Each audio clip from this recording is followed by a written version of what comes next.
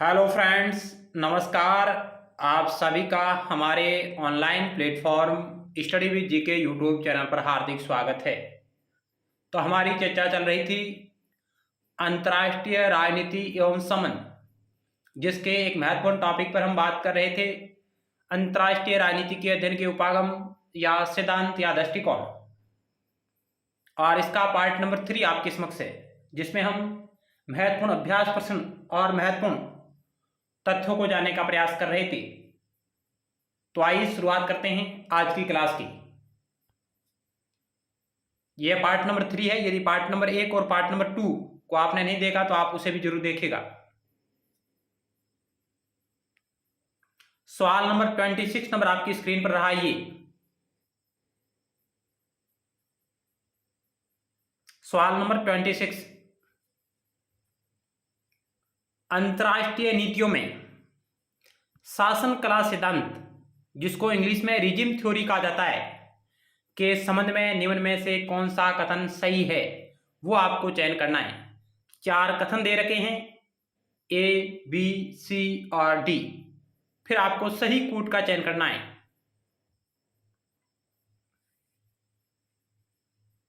क्या होगा इस सवाल का राइट उत्तर?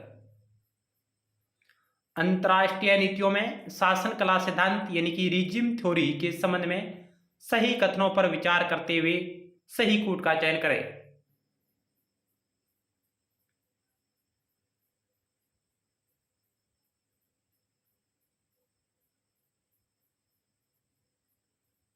तो आइए सही उत्तर का चयन करते हैं। ऑप्शन नंबर 2 राइट होगा, यानी कि कथन ए और डी बिल्कुल सही है।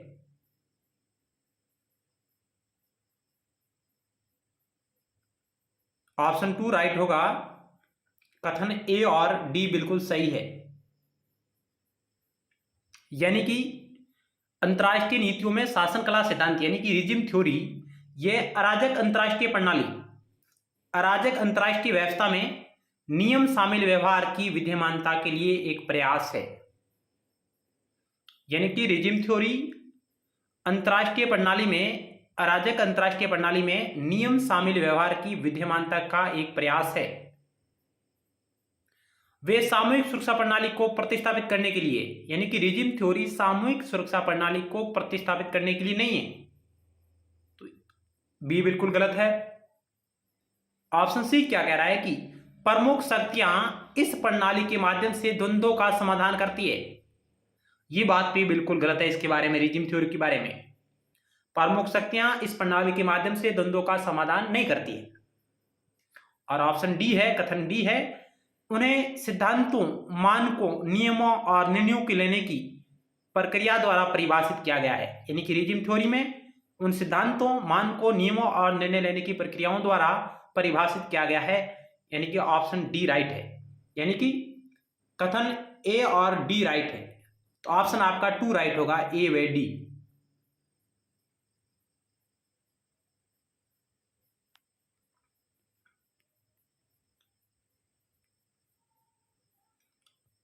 शासन कला सिद्धांत, रिजिम थ्योरी अंतरराष्ट्रीय संबंध सिद्धांत के भीतर एक दृष्टिकोण है। यह राजनीति विज्ञान का एक उप अनुशासन, जो अंतरराष्ट्रीय प्रणाली में अराजकता को कम करने और विभिन्न सामूहिक कार्यवाहियों, समस्याओं पर काबू पाने में शासन की भूमिका पर ध्यान केंद्रित करके राज्यों के बीच शोक की घटना की व्याख्या करना चाहता है। यानी कि राजनीति विज्ञान का एक उप अनुशासन है, जो अंतरराष्ट्रीय प्रणाली में अराजकता को कम करने के लिए और विभिन्न सामूहिक कार्यवाही समस्याओं पर काबू पाने में शासन की भूमिका पर ध्यान केंद्रित करके राज्यों के बीच शोक की घटना, शोक की भावना को व्याख्यायित करना चाहता है। इसे सिद्धांतों, मानकों, नियमों और निर्णय लेने की प्रक्रियाओं द्वारा परिभाषित किया गया है। यानी कि रिजिम थ्योरी को सिद्धांतों, मानकों, नियमों और निर्णय लेने की प्रक्रियाओं द्वारा परिभाषित किया गया है। अगला सवाल आपकी स्क्रीन पर रहा, 27 number.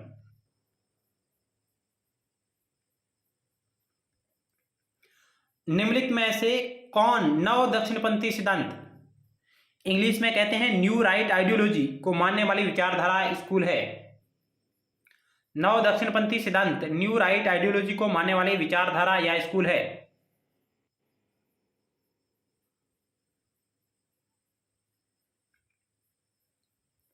Australian school, Chicago school, Frankfurt school, New York school. फिर है नीचे दिए गए विकल्पों में से सबसे उपयुक्त उत्तर का चयन कीजिए। इनमें से कौन सी स्कूल है जो न्यू राइट आइडियोलॉजी को मानती है? तो 27 नंबर सवाल का राइट उत्तर का ऑप्शन ए व बी दोनों, यानी कि ऑस्ट्रेलियन स्कूल और शिकागो स्कूल। तो ए व बी इस सवाल का राइट उत्तर होगा। फ्रैंकफर्ट स्कूल का संबंध है आलोचनात्मक सिद्धांत से।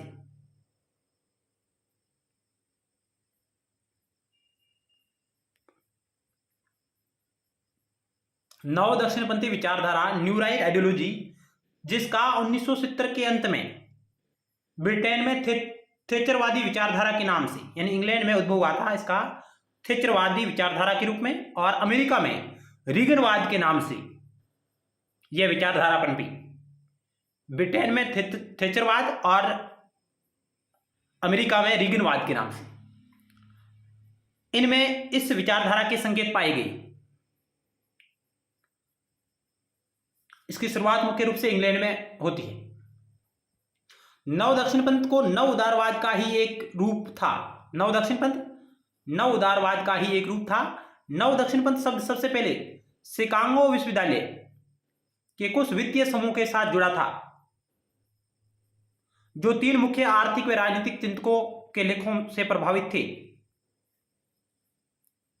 यह विचारधारा ऑस्टिन स्कूल में भी फली फूली है।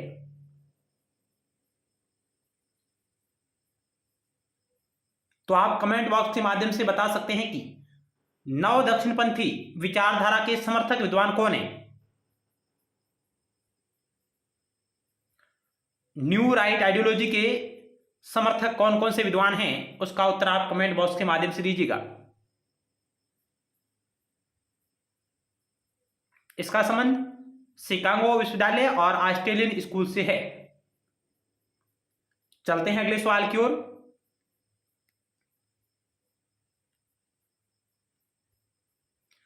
निम्नलिखित में से कौन सा एक अंतरराष्ट्रीय संबंधों के व्यवस्था सिद्धांत का प्रतिपादक नहीं है? अंतरराष्ट्रीय संबंधों का व्यवस्था उपागम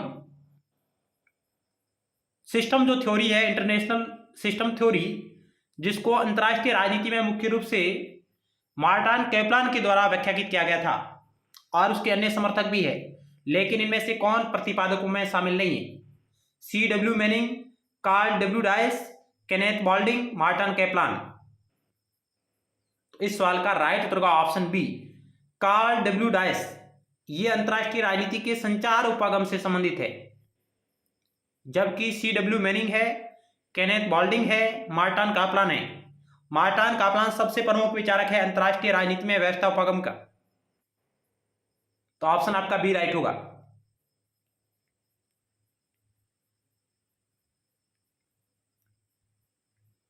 कार्ल डब्ल्यू डायस का संबंध अंतरराष्ट्रीय संबंधों के संचार सिद्धांत से है। संचार उपागम के बारे में सर्वप्रथम गणितज्ञ नॉर्बर्ट वीनर ने अपने संचार, साइबरनेटिक्स, फीडबैक आदि अवधारणाओं के माध्यम से प्रस्तुत किया था।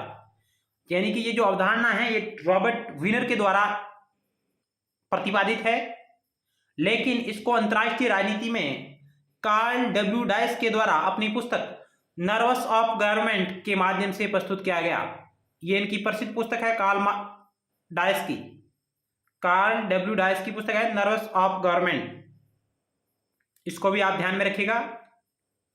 और अंतरराष्ट्रीय राजनीति में संचार सिद्धांत के प्रमुख समर्थक विचारक है कार्ल डायस।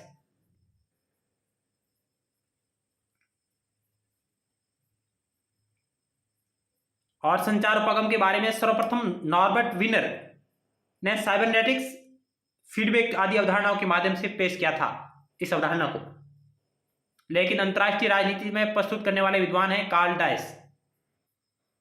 जबकि C.W. मैनिंग है, केनेथ बॉल्डिंग है, मार्टिन कैप्लान ये व्यवस्था सिद्धांत के समर्थक है।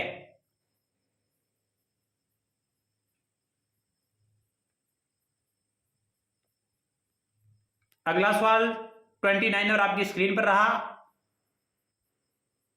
किस प्रसिद्ध राजनीतिक विचारक ने यथार्थवादी सिद्धांत की आलोचना करते हुए कहा कि जब तक अंतर्राष्ट्रीय राजनीति में मोर्गेनथाउ के यथार्थवादी सिद्धांत का प्रभाव बना रहेगा, तब तक अंतर्राष्ट्रीय राजनीति का अध्ययन वैज्ञानिक विकास की ओर उन्मुख नहीं हो सकेगा। बहुत ही अच्छा कथन है। किस विचारक का है? तो यह है वासरमैन का, बेनो वासरमैन, उनका यह कथन है।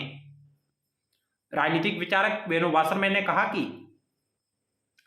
यथार्थवादी सिद्धांत की आलोचना करते हुए कहते हैं कि जब तक अंतर्राष्ट्रीय राजनीति में मोर्गेनथाउ के यथार्थवादी सिद्धांत का प्रभाव बना रहेगा, तब तक अंतर्राष्ट्रीय राजनीति का अध्ययन वैज्ञानिक विकास की ओर उन्मुख नहीं हो सकेगा। तो प्रसिद्ध विचारक वासरमैन का यह कथन है।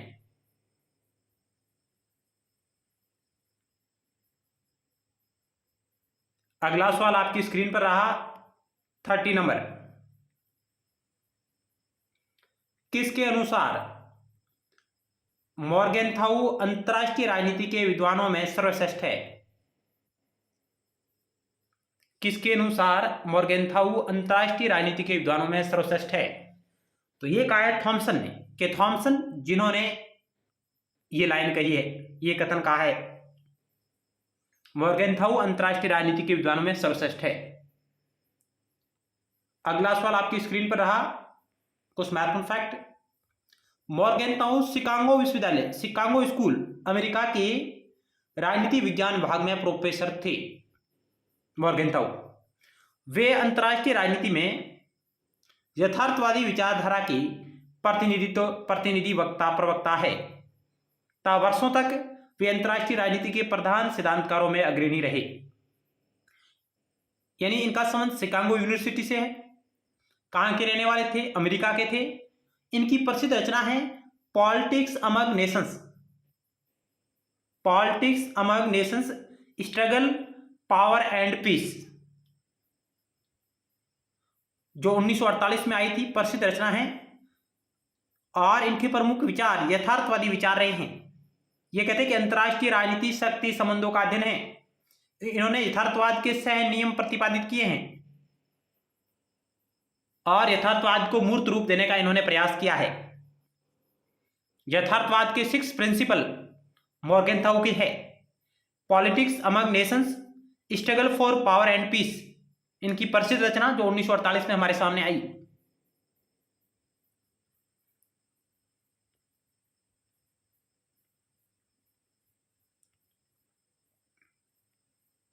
अगला सवाल 31 नंबर।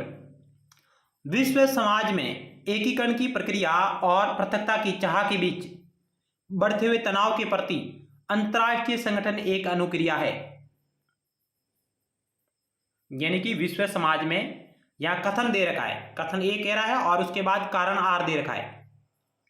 विश्व समाज में एकीकरण की प्रक्रिया और पृथकता की चाह के बीच बढ़ते हुए तनाव के प्रति अंतर्राष्ट्रीय संगठन एक अनुक्रिया है। रीजन क्या कह रहा है कि कारण पूंजीवाद में एकीकृत विश्व अर्थव्यवस्था का निर्माण किया, पूंजीवाद में एकीकृत विश्व अर्थव्यवस्था का निर्माण किया और विचारों तथा लोगों की आवागमन को बढ़ाया। साथ ही साथ वस्तुओं और सेवाओं को भी उसी दौरान राष्ट्रवाद के विकास से पृथकता की मांगों को रेखांकित किया। ए आर दोनों सही और सही व्याख्या है। ए आर दोनों सत्य है लेकिन सही व्याख्या नहीं है। ए सत्य, आर असत्य, ए असत्य है परंतु आर सत्य। क्या होगा इस सवाल का राइट उत्तर?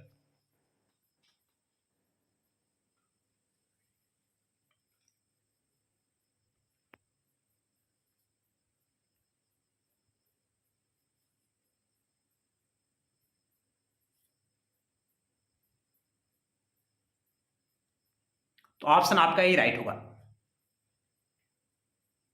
ए आर दोनों सत्य, सही व्याख्या है कि विश्व समाज में एकीकरण की प्रक्रिया और पृथकता की चाह के बीच बढ़ते हुए तनाव के प्रति अंतर्राष्ट्रीय संगठन एक अनुक्रिया है। पूंजीवाद ने, यहां अपने पूंजीवाद ने एकीकृत विश्व अर्थव्यवस्था का निर्माण किया, यानी कि वैश्वीकरण के माध्यम से, और विचारों तथा लोगों के आवागमन को बढ़ाया। साथ ही साथ वस्तु और सेवाओं को भी उसी दौरान राष्ट्रवाद के विकास से पृथकता की मांगों को रेखांकित किया। दोनों कथन सही है, वे उसकी व्याख्या कर रहे हैं।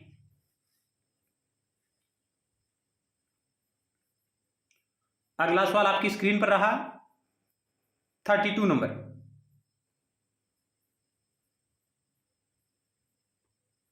अंतरराष्ट्रीय संबंधों में मार्क्सवादी उपागम का अंतिम लक्ष्य है।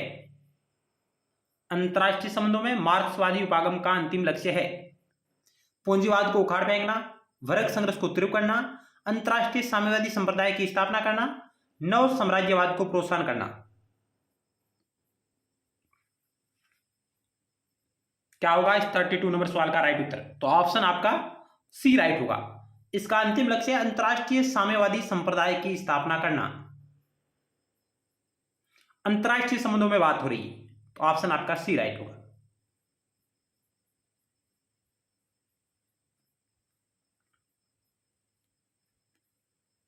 अगला सवाल 33 नंबर आपकी स्क्रीन पर रहा।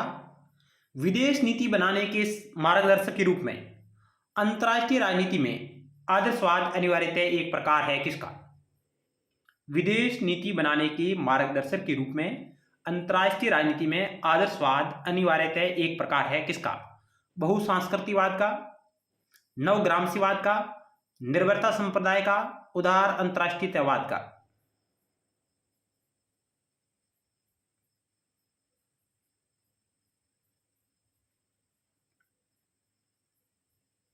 तो ऑप्शन आपका डी राइट होगा। यह है जो उदार अंतरराष्ट्रीयवाद का समर्थक है। विदेश नीति बनाने के मार्गदर्शक के रूप में अंतरराष्ट्रीय राजनीति में आदर्शवाद अनिवार्यतः एक प्रकार है उदार अंतरराष्ट्रीयतावाद का। ऑप्शन डी राइट होगा। बहुसांस्कृतिकवाद, इसके समर्थक विचारक है विल कम्लिका और भिकू पारेख। विल कम्लिका और भिकू पारेख बहुसांस्कृतिकवादी विचारक है।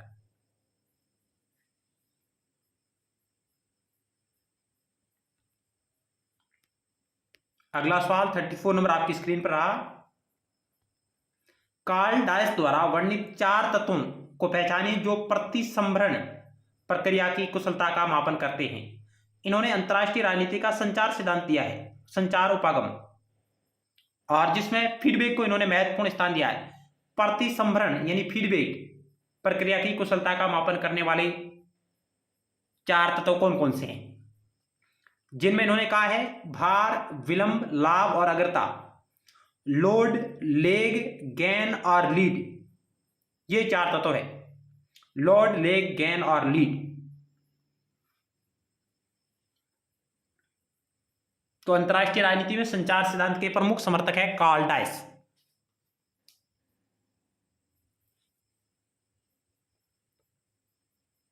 अगला सवाल आपकी स्क्रीन पर रहा 35 नंबर। निम्नलिखित कथनों पर विचार करते हुए सही कथन चुनें। खोखले आदर्शवाद की बजाय गुट निरपेक्षता भारत की विदेश नीति का नैतिक यथार्थवाद है। और कथन दूसरा है कि गुट निरपेक्षता किसी राष्ट्र की विदेश नीति की स्वतंत्रता का उद्घोष है। केवल पहला सही, केवल दूसरा सही, केवल पहला व दूसरा दोनों सही, इनमें से कोई नहीं। निम्नलिखित कथनों पर विचार करते हुए सही कथन का आपको चयन करना है। क्या होगा इस 35 नंबर सवाल का राइट उत्तर? तो ऑप्शन सी राइट होगा, पहला व दूसरा दोनों सही है कि खोखले आदर्शवाद की बजाय गुट निरपेक्षता भारत की विदेश नीति का नैतिक यथार्थवाद है। बिल्कुल राइट है। गुट निरपेक्षता किसी राष्ट्र की विदेश नीति की स्वतंत्रता का उद्घोष है, यह भी बात सही है। तो गुट निरपेक्ष आंदोलन नेम, इसकी आधारशिला बांडुंग सम्मेलन 1955 में पड़ी। इसका पहला शिखर सम्मेलन कब हुआ? 1961 में बेलग्रेड में आयोजित किया गया था। और भारत में नेम का पहला शिखर सम्मेलन कब हुआ? 1983 में नई दिल्ली में। उस वक्त भारत की प्राइम मिनिस्टर थी इंदिरा गांधी, यानी कि इंदिरा गांधी की अध्यक्षता में भारत में होने वाला यह पहला शिखर सम्मेलन था। जबकि नेम का पहला शिखर सम्मेलन आयोजित हुआ था बेलग्रेड, यूगोस्लाविया 1961 में। भारत में पहली बार कब सम्मेलन हुआ? तो 1983 में। उस वक्त प्राइम मिनिस्टर इंदिरा गांधी थी। और नेम के जो प्रमुख नेता रहे, जो संस्थापक रहे हैं, उनमें है भारत के पंडित जवाहरलाल नेहरू, इंडोनेशिया के सुकर्णो, मिस्र के गमाल अब्दुल नासिर,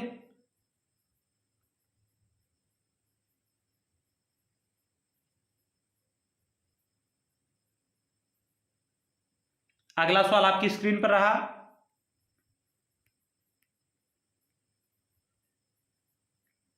नव यथार्थवाद से संबंधित गलत कथन पहचानिए।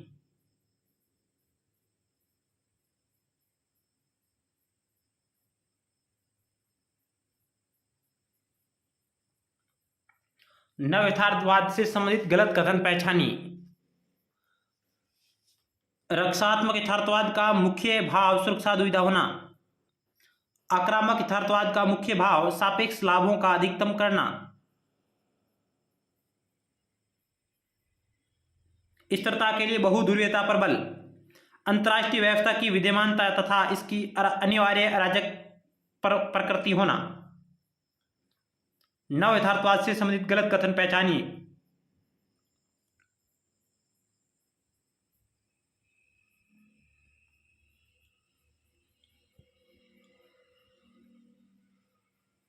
तो इस सवाल का राइट उत्तर का ऑप्शन सी, स्थिरता के लिए बहुध्रुवीयता पर बल।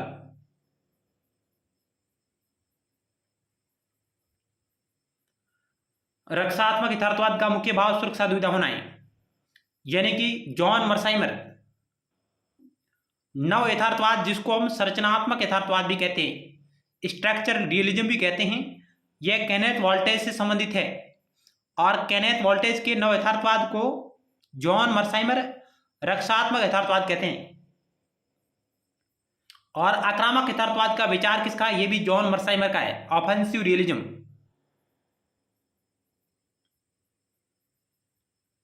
तो इस प्रकार ऑप्शन सी आपका राइट होगा।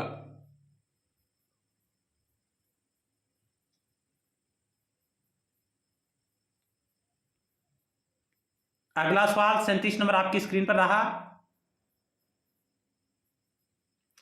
निम्न में से किसका संबंध अंतरराष्ट्रीय राजनीति के यथार्थवाद सिद्धांत से नहीं है? E.H. Carr, Reinhold Niebuhr, Kenneth Thomson, Alexander वेंड।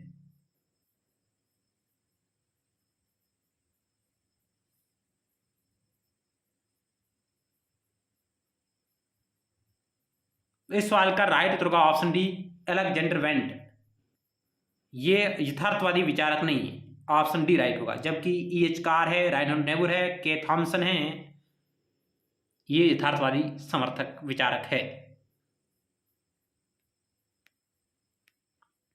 अगला सवाल 38 नंबर आपकी स्क्रीन पर रहा। निम्न में से कौन अंतरराष्ट्रीय राजनीति की यथार्थवादी सिद्धांत का आलोचक नहीं है? निम्न में से कौन अंतरराष्ट्रीय राजनीति के यथार्थवादी सिद्धांत का आलोचक नहीं है? बेनो वासरमैन, रॉबर्ट टक्कर, स्टैनली हॉफमैन, जॉर्ज एफ केनेन। बहुत ही अच्छा सवाल है। यथार्थवादी सिद्धांत के आलोचक नहीं है इनमें से। तो राइट उत्तर का ऑप्शन डी, जॉर्ज एफ केनेन, ये इसके समर्थक है। जबकि बेनो वासरमैन, रॉबर्ट टक्कर, स्टैनली हॉफमैन, ये तीनों इसके आलोचक है यथार्थवाद के। बेनो वासरमैन, रॉबर्ट टक्कर, स्टैनली हॉफमैन।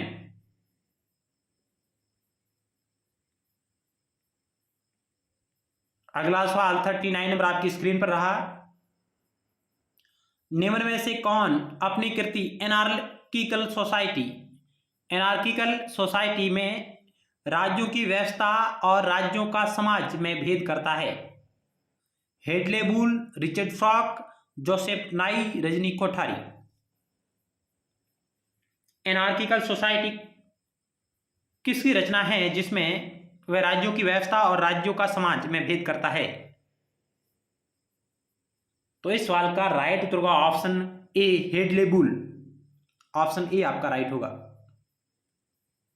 एनार्किकल सोसाइटी में राज्यों की व्यवस्था और राज्यों का समाज में भेद करता है। अगला सवाल आपकी स्क्रीन पर रहा 40 नंबर। निम्नलिखित में से कौन सा एक अंतरराष्ट्रीय राजनीति में यथार्थवाद से अभिज्ञात मूल तत्व नहीं है, यानी कि यथार्थवाद से संबंधित नहीं है? राज्यवाद, शक्ति, दूरदर्शिता, आर्थिक परस्पर निर्भरता। अंतरराष्ट्रीय राजनीति में यथार्थवाद से अभिज्ञात मूल तत्व नहीं है। तो इस सवाल का राइट उत्तर होगा ऑप्शन डी, आर्थिक परस्पर निर्भरता। यह इसका विचार या मूल तत्व नहीं है यथार्थवाद का। ऑप्शन आपका डी राइट होगा। जबकि राज्यवाद, शक्ति, दूरदर्शिता, संघर्ष ये यथार्थवाद के मूल तत्व है। अगला सवाल आपकी स्क्रीन पर रहा 41 नंबर।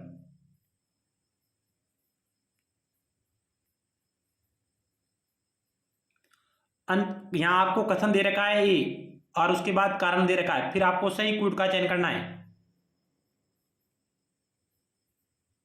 कथन ए कह रहा है कि अंतरराष्ट्रीय संबंधों का मार्क्सवादी सिद्धांत अंतरराष्ट्रीय संबंधों को समझने के लिए एक परिप्रेक्ष्य अधिक तथा सिद्धांत कम है। एक परिप्रेक्ष्य अधिक तथा सिद्धांत कम है। और रीजन कह रहा है कि यद्यपि कार्ल मार्क्स ने व्यापक रूप से लेखन कार्य किया तथा वे आधुनिक काल के महान सिद्धांतकार तथा दार्शनिक के रूप में जाने जाते हैं, तभी भी उन्होंने मॉर्गेनथाउ, कैप्लान और स्नाइडर की भांति अंतरराष्ट्रीय संबंधों पर कोई सिद्धांत प्रस्तुत नहीं किया। क्या होगा इस सवाल का राइट उत्तर?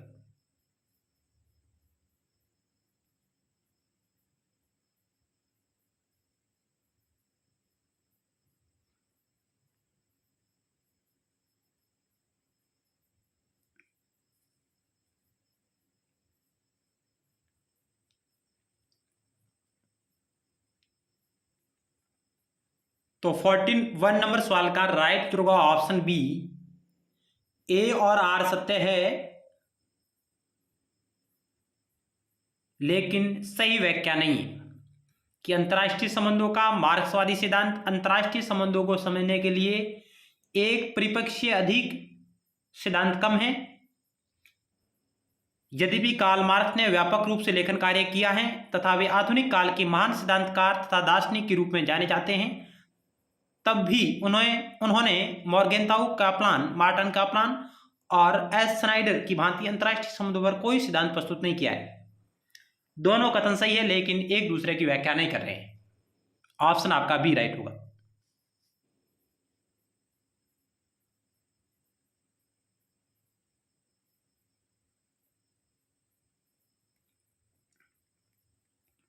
आगे हम अन्य और महत्वपूर्ण तथ्यों को जानने का प्रयास करेंगे। हंस जे मॉर्गेनथाउ इन्होंने कहा कि अंतरराष्ट्रीय राजनीति शक्ति के लिए संघर्ष है। ये महत्वपूर्ण फैक्ट। उसके बाद आते हैं वॉन डायक। वॉन डायक क्या कहते हैं कि अंतरराष्ट्रीय राजनीति प्रभुसत्ता संपन्न राज्यों की सरकारों के मध्य शक्ति संघर्ष है। प्रभुसत्ता संपन्न राज्यों की सरकारों के मध्य शक्ति संघर्ष है। और मॉर्गेनथाउ कहते हैं कि अंतरराष्ट्रीय राजनीति शक्ति के लिए संघर्ष है, जबकि वॉन डायक ने कहा कि अंतरराष्ट्रीय राजनीति प्रभुसत्ता संपन्न राज्यों की सरकारों के मध्य शक्ति संघर्ष है। 1990 के दशक में जयंत बंदोपाध्याय ने अपनी पुस्तक journal theory of international relation, जो 1993 में हमारे सामने आती है, journal theory of international relation में मार्टिन कैप्लान के व्यवस्थापरक सिद्धांत की कमियों को दूर कर एक सार्वभौमिक सिद्धांत की स्थापना की कोशिश की, परंतु वह अभी भी वाद प्रतिवाद के दौर में है। वाद प्रतिवाद के दौर में ही है। तो यह भी सवाल आ सकता है कि किस विचारक ने मार्टिन कैप्लान के सिद्धांत व्यवस्थापरक सिद्धांत की कमियों को दूर कर एक सार्वभौमिक सिद्धांत की स्थापना की कोशिश की है? तो वो की है जयंत बंदोपाध्याय, जिन्होंने अपनी पुस्तक journal theory of international relation, जो 1993 हमारे सामने आई, उसमें मार्टन कापलान के व्यवस्थापरक सिद्धांत की कमियों को दूर करने का प्रयास कर एक सार्वभौमिक सिद्धांत प्रस्तुत करने की प्रयास किया, लेकिन वो अभी भी वाद प्रतिवाद के दौर में है।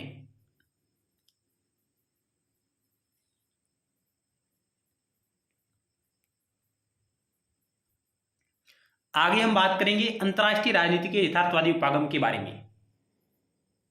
क्या है अंतर्राष्ट्रीय राजनीति का यथार्थवादी उपागम, इसके प्रमुख समर्थक विद्वान क्या है, इसकी मूल मान्यताएं क्या है, और मोर्गेंथाउ के अंतर्राष्ट्रीय राजनीति के यथार्थवादी सिद्धांत के 6 मूल सिद्धांत क्या है, उनको हम जानने का प्रयास करेंगे। तो आइए शुरुआत करते हैं। अंतर्राष्ट्रीय राजनीति का यथार्थवादी उपागम। यह अंतर्राष्ट्रीय राजनीति के अध्ययन हेतु यथार्थवाद का सिद्धांत अति महत्वपूर्ण है। यह आदर्शवादी उपागम के बिल्कुल विपरीत वास्तविकता के धरातल पर रहकर कार्य करता है। तो पहला ही पॉइंट बन सकता है कि यह आदर्शवादी उपागम के बिल्कुल विपरीत है यथार्थवादी सिद्धांत, जो वास्तविकता के धरातल पर रहकर कार्य करता है, क्योंकि आदर्शवाद में कुछ तत्व कल्पना पर आधारित है, जबकि यथार्थवाद मानता है कि अंतर्राष्ट्रीय राजनीति शक्ति संघर्ष पर आधारित है। जबकि आदर्शवाद की मान्यता थी कि अंतर्राष्ट्रीय राजनीति नैतिकता व अहिंसा पर आधारित शांतिपूर्ण विश्व का निर्माण किया जा सकता है।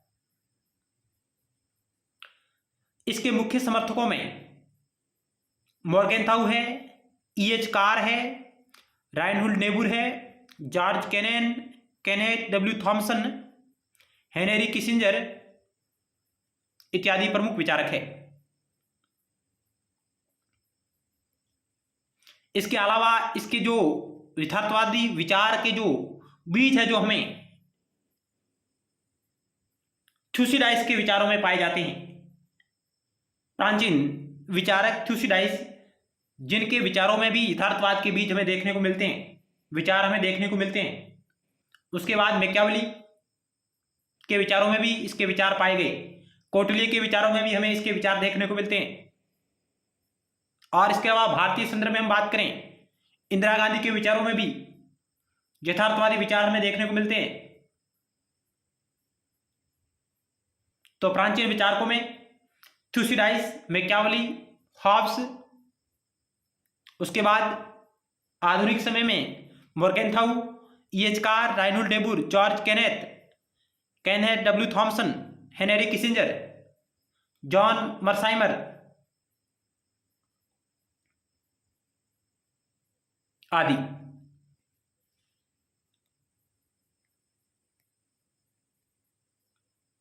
यथार्थवादी उपागम की मुख्य विशेषताएं क्या है, तो आइए एक एक करके अध्ययन करते हैं। यथार्थवादी दृष्टिकोण तर्क एवं अनुभव पर आधारित है। इसमें नैतिकता तथा गैर तार्किक तथ्यों को स्वीकार नहीं किया जाता है। तो डायरेक्ट परीक्षा में सवाल आता है कथन और कारण वाला, या आते हैं कि निम्नलिखित में से यथार्थवाद की कौन सी विशेषता है या नहीं है। यथार्थवाद की विशेषता के बारे में सत्य असत्य कथन का चयन करें। तो इस प्रकार की मूल मान्यताएं या इनकी विशेषताएं हमें ध्यान में होना आवश्यक है। तो यह दृष्टिकोण तर्क एवं अनुभव पर आधारित है। इसमें नैतिकता तथा गैर तार्किक तथ्यों को स्वीकार नहीं किया जाता है। यह सिद्धांत शक्ति को अत्यधिक महत्व प्रदान करता है तथा इसका मानना है कि राज्य हमेशा शक्ति हेतु संग्रस्त है। इस उपागम का मानना है कि शक्ति के माध्यम से राज्य हमेशा अपने राष्ट्रीय हितों की पूर्ति में लीन रहते हैं। यानी कि यथार्थवादी उपागम कहता है कि शक्ति के माध्यम से राज्य हमेशा अपने राष्ट्रीय हितों को बढ़ावा, उनका विस्तार करने में लीन रहते हैं। इसलिए वे हमेशा अपने हितों का ही ध्यान रखते हैं, अन्य राष्ट्रों का नहीं। यानी किस प्रकार अपने देश का राष्ट्रीय हित विस्तारित किया जा सके, उसके बारे में भी विचार करते हैं, अन्य राष्ट्रों के बारे में विचार नहीं करते हैं। यथार्थवादी इस शक्ति संघर्ष से निपटने हेतु मुख्यतः शक्ति संतुलन के तरीकों का प्रयोग करते हैं। यथार्थवादी शक्ति संघर्ष से निपटने हेतु शक्ति संतुलन के तरीकों का प्रयोग करते हैं। शक्ति स्पर्धा को सुचारू रखने हेतु इस प्रकार के तरीकों को अपनाना अनिवार्य हो जाता है।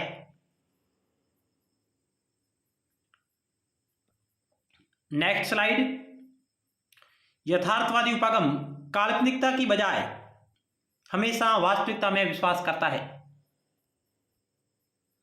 यह उपागम क्या होना चाहिए की बजाय वर्तमान में क्या है उस पर विचार करता है, क्योंकि आदर्शवादी उपागम क्या होना चाहिए इस धारणा में विश्वास व्यक्त करता था, जबकि यथार्थवादी उपागम कहता है कि वर्तमान में क्या हो रहा है उस पर यह बल देता है।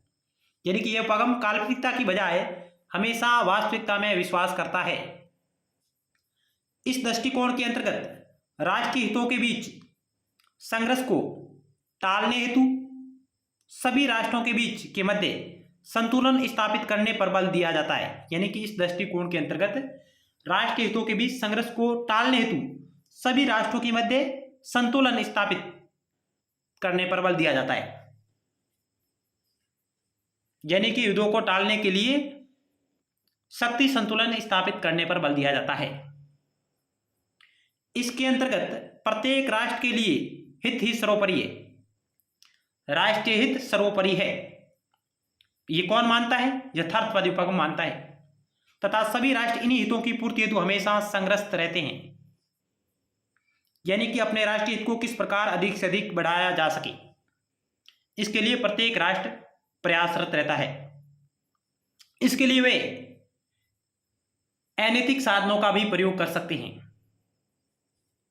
राष्ट्रीय हित को बढ़ाने के लिए अनैतिक साधनों व हिंसा का भी सहारा ले सकते हैं। कौन मानते हैं? यथार्थवादी मानते हैं। इस उपागम के अंतर्गत अंतर्राष्ट्रीय राजनीति के अध्ययन को अत्यधिक वैज्ञानिक व तर्कशील बनाने का प्रयास किया गया है।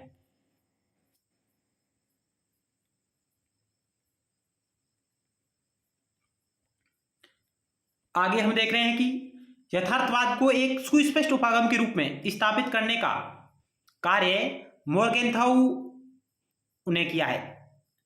हंस जे मोर्गेनथाउ ने यथार्थवाद को एक सुस्पष्ट उपागम के रूप में स्थापित करने का प्रयास किया है। इनकी प्रसिद्ध रचना थी politics among nations struggle for power and peace, जो 1948 में प्रकाशित हुई। इस पुस्तक के माध्यम से उसने यथार्थवाद को मूर्त रूप देने का प्रयास किया है। मोर्गेनथाउ ने यथार्थवादी दृष्टिकोण के 6 प्रमुख सिद्धांत बताए हैं और मोर्गेनथाउ का यथार्थवाद इन्हीं 6 सिद्धांतों पर आधारित है। तो अंतर्राष्ट्रीय राजनीति में यथार्थवादी उपागम के 6 प्रमुख सिद्धांत किसने दिए हैं? तो वो दिए मोर्गेनथाउ ने। किस पुस्तक में दिए? Politics among nations struggle for power and peace, 1948। इन्होंने जो पहला सिद्धांत बताया वो बताया है कि राजनीति को प्रभावित करने वाली सभी वस्तुनिष्ठ नियमों का जड़ मानव प्रकृति है। यानी कि राजनीति को प्रभावित करने वाले सभी वस्तुनिष्ठ नियमों की जड़ कहाँ है? मानव प्रकृति में है। मोर्गेनथाउ का मत है कि मानव प्रकृति जिसमें राजनीति के नियम समाहित है, प्राचीन काल से आज तक मूल रूप से नहीं बदली है। अतः इस मानव प्रकृति के अध्ययन के आधार पर कुछ वस्तुनिष्ठ सिद्धांतों का प्रतिपादन किया जा सकता है। तो पहला नियम है राजनीति को प्रभावित करने वाले सभी वस्तुनिष्ठ नियमों की जड़ मानव प्रकृति है। तो पहला नियम यह है, राजनीति को प्रभावित करने वाले सभी वस्तुनिष्ठ नियमों की जड़ मानव प्रकृति है। पहला नियम मोर्गेनथाउ का। तो डायरेक्ट सवाल आता है, निम्नलिखित में से मोर्गेनथाउ के 6 सिद्धांतों में शामिल है या नहीं है? तो पहला सिद्धांत है वस्तुनिष्ठ नियमों की जड़ मानव प्रकृति। दूसरा जो प्रिंसिपल है मोर्गेनथाउ का वो है यथार्थवाद राष्ट्रीय हित को महत्वपूर्ण मानता है तथा राष्ट्रीय हितों की शक्ति के संदर्भ में परिभाषित करता है। तो दूसरा प्रिंसिपल कहता है कि यथार्थवाद राष्ट्रीय हित को महत्वपूर्ण मानता है, राष्ट्रीय हितों की शक्ति के संदर्भ में परिभाषित करता है। और राष्ट्रीय हित, मोर्गेनथाउ का मानना है कि राजनीति का मुख्य आधार राष्ट्रीय हित एवं उसकी सुरक्षा है। इसलिए राजनीति को शक्ति से अलग रखकर नहीं समझा जा सकता। यानी कि राजनीति को शक्ति से अलग रखकर हम नहीं समझ सकते, क्योंकि यथार्थवादी उपागम कहता है कि प्रत्येक राष्ट्र अपने राष्ट्रीय हितों का विस्तार करने के लिए तत्पर रहता है। मॉर्गेंटाउ का मानना है कि राष्ट्रीय हित की प्रधानता के कारण किसी देश की विदेश नीति का मुख्य उद्देश्य अन्य राष्ट्रों की तुलना में सफलता प्रदान करना है। राष्ट्र हित की प्रधानता के कारण ही किसी देश की विदेश नीति का मुख्य उद्देश्य अन्य राष्ट्रों की तुलना में सफलता प्रदान करना है। यानी कि राष्ट्रीय हित वह आधार है जिसके आधार पर प्रत्येक राष्ट्र अपनी विदेश नीति को मजबूत बनाना चाहता है।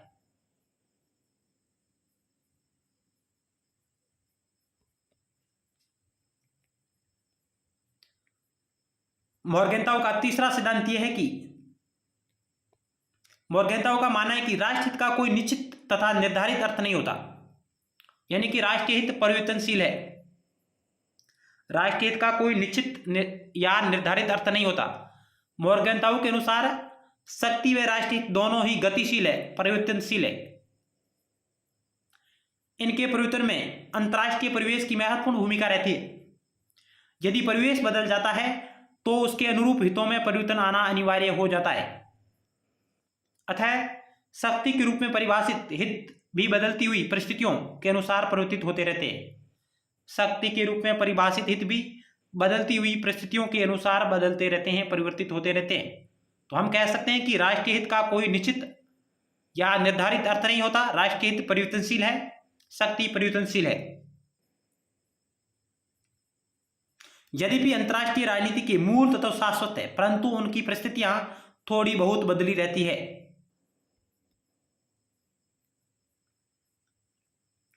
मॉर्गेंटाउ कहता है कि अतः एक सफल राजनेता को अंतर्राष्ट्रीय राजनीति के मूल तत्वों को बदलती हुई परिस्थितियों के अनुसार निरूपित करने का सतत प्रयास जारी रखना चाहिए।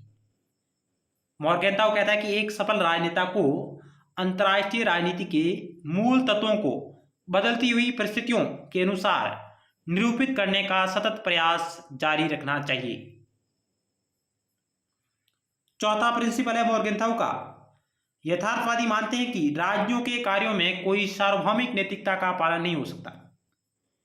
चौथा प्रिंसिपल कहता है कि राज्यों के कार्यों में कोई सार्वभौमिक नैतिकता का पालन नहीं हो सकता। और सार्वभौमिक नैतिकता के पालन की बात कौन करते थे? आदर्शवादी उपागम के समर्थक कहते थे सार्वभौमिक नैतिकता के माध्यम से युद्धों को टाला जा सकता है। इस प्रकार की बात आदर्शवादी उपागम करता था। लेकिन यथार्थवादी उपागम कहता है कि राज्यों के कार्यों में कोई सार्वभौमिक नैतिकता का पालन नहीं हो सकता। नैतिकता का महत्व है, परंतु वह अमूर्त व सार्वभौमिक नहीं हो सकती। इसके विपरीत इसे समय व स्थान की ठोस परिस्थितियों की कसौटी से बंधा होना चाहिए और परिस्थितियों के अनुकूल उसका चयन करना चाहिए। यथार्थवादियों के अनुसार नैतिक सिद्धांतों का पालन विवेक और संभावित परिणामों के आधार पर होना चाहिए। बिना विवेक के राजनीतिक नैतिकता का कोई अर्थ नहीं रह जाता। इसलिए कोई भी राष्ट्र नैतिकता के आधार पर अपनी सुरक्षा को खतरे में नहीं डाल सकता। कोई भी राष्ट्र नैतिकता के आधार पर अपनी सुरक्षा को खतरे में नहीं डाल सकता। यानी कि अंतर्राष्ट्रीय राजनीति में सार्वभौमिक नैतिकता का पालन नहीं किया जा सकता है। मॉर्गेंटाउ का जो पांचवा सिद्धांत है वो है किसी भी राष्ट्र के नैतिक मूल्य और सार्वभौमिक नैतिक मूल्यों से भिन्न होते हैं। किसी भी राष्ट्र के नैतिक मूल्य सार्वभौमिक नैतिक मूल्यों से अलग होते हैं, भिन्न होते हैं।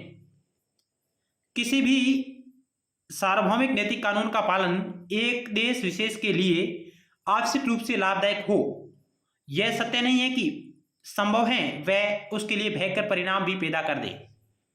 कहने का मतलब यह है कि किसी सार्वभौमिक नैतिक कानून का पालन एक देश विशेष के लिए आवश्यक रूप से लाभदायक हो, यह हम सत्य नहीं कह सकते, वह उसके लिए नुकसानदायक भी हो सकता है।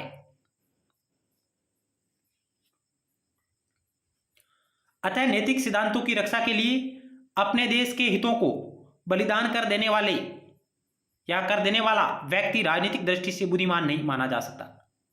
तो ये विचार किसका है? यथार्थवादियों कि नैतिक सिद्धांतों की रक्षा के लिए अपने देश के हितों को बलिदान कर देने वाला व्यक्ति राजनीतिक दृष्टि से बुद्धिमान नहीं माना जा सकता। और किसी भी सार्वभौमिक नैतिक कानून का पालन एक देश के लिए लाभदायक हो यह जरूरी नहीं है, वह उसके लिए हानिकारक या घातक भी हो सकता है। अतः प्रत्येक राष्ट्र को अपनी राष्ट्रीय हित की दिशा में अग्रसर होना पड़ेगा। अतः किसी भी एक राष्ट्र का मूल्य सार्वभौमिक नैतिक मूल्य नहीं हो सकता। किसी भी एक राष्ट्र का मूल्य सार्वभौमिक नैतिक मूल्य नहीं हो सकता। यह विचार यथार्थवादियों का है।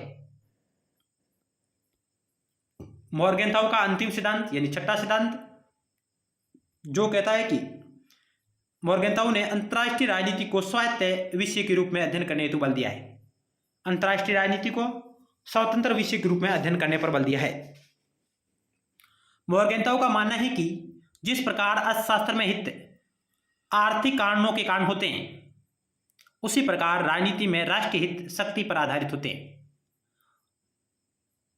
जिस प्रकार अर्थशास्त्र में हित आर्थिक कारणों के कारण होते हैं, उसी प्रकार राजनीति में हित राष्ट्रीय हित शक्ति पर आधारित कारणों के कारण होते हैं। मॉर्गेनथाउ का मानना है कि बौद्धिक रूप में अंतर्राष्ट्रीय राजनीति पर स्वतंत्र क्षेत्र हैं, जैसे अर्थशास्त्र, समाजशास्त्र, लोक प्रशासन, अन्य इत्यादि। राजनीतिक यथार्थवाद मानव प्रकृति के बाहुल्य स्वरूप को मानता है। राजनीतिक यथार्थवाद मानव प्रकृति के बाहुल्य स्वरूप को मानता है। अतः हम अंतर्राष्ट्रीय राजनीति के गहन व सुव्यवस्थित रूप में अध्ययन करने हेतु इस स्वतंत्र यानी स्वायत्त रूप में अध्ययन करना हमें चाहिए, स्वतंत्र रूप में इसका अध्ययन करना चाहिए। ये थे मॉर्गेनथाउ के यथार्थवाद के 6 प्रमुख सिद्धांत और उनमें समाहित विचार।